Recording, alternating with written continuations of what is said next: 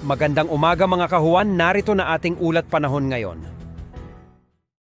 Sa kasalukuyan, bahagyang humina or nabawasan yung mga areas sa makakaranas ng mga sustain o yung mga dire-diretsyong pagulan. Dala yan ng paghina ng epekto ng ating hanging habagat o yung southwest monsoon sa ating bansa. Kaya for the next 24 hours, buong bansa, including Metro Manila, makakaranas tayo ng mainit at malinsangang panahon. Generally, fair weather conditions. So, ibig sabihin po ng fair weather, mainit na panahon na ating mararanasan, ngunit hindi pa rin natin tinatanggal yung posibilidad ng late afternoon to evening ng mga rain showers or thunderstorms. Gayunpaman, pinaka-naapektuhan pa rin ng hanging habagat itong western section ng Southern Luzon at Visayas, more in particular dito sa mga areas ng Mimaropa, Western Visayas, at dito sa lalawigan ng Batangas.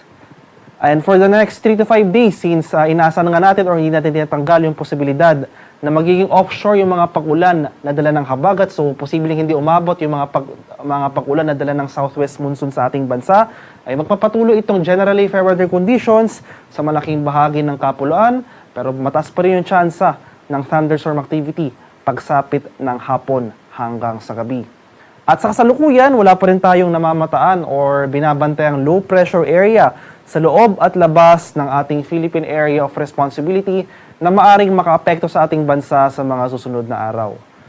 At para naman sa magiging lagay ng ating panahon ngayong araw dito sa Luzon, buong Luzon including Metro Manila makakaranas ng generally fair weather conditions for the next 24 hours. Asahan pa rin pero natin yung mga tsansa ng isolated rain showers or thunderstorms pagsapit ng hapon hanggang sa gabi. At ngayong madaling araw pa lamang, may naitala na tayong thunderstorm activity dito sa Metro Manila area and nearby provinces. O dito sa Metro Manila, sa area ng Central Luzon, ilang areas rin ng Calabarzon, ngayong madaling araw nakakaranas na tayo ng mga thunderstorms. So panandalian lamang yung mga pag-ulan na dala ng thunderstorms na ito. So inaasahan natin na pagsapit ng umaga hanggang sa tanghali ay improving weather conditions na ang ating inaasahan at mainit at malinsangang panahon na ang ating mararanasan for that time period. Ngunit pagsapit ng late afternoon to evening, ay posibleng muling mga pamumuo ng thunderstorm clouds na posibleng muling magdulot ng mga malalakas at panandaliang buhos ng ulan. Maximum temperature forecast para sa lawag ngayong araw, posibleng umabot ng 33 degrees Celsius. 35 degrees naman dito sa Tuguegarao at 25 degrees Celsius sa Baguio City. Maximum temperature forecast para sa Metro Manila, posibleng umabot ng 34 degrees Celsius. 31 degrees naman dito sa bahagi ng Tagaytay at 34 degrees Celsius sa bahagi ng Legazpi City.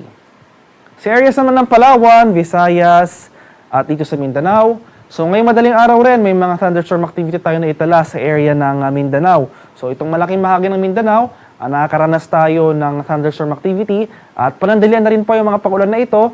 So improving weather conditions muli from umaga to tanghali and pagsapit ng hapon to gabi, nakakaranas po muli tayo ng tsansa itong mga localized thunderstorms sa area ng Mindanao. And gayon pa man, generally fair weather conditions po ang ating inaasahan for this forecast area. So Palawan, Visayas at Mindanao.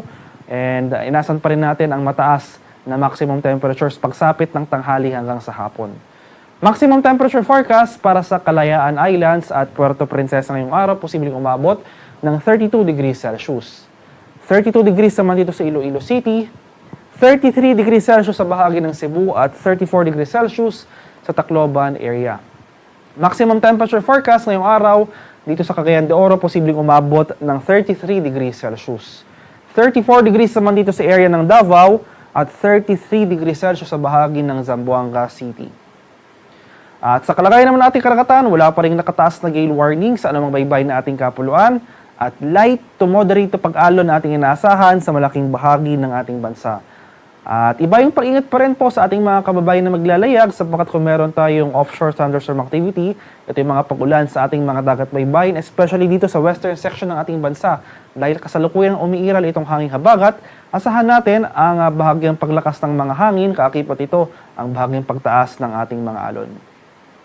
At ang haring araw dito sa Kamaynilaan ay sisikat mamayang 5:27 ng umaga at lulubog naman mamaya sa 6:27 ng hapon.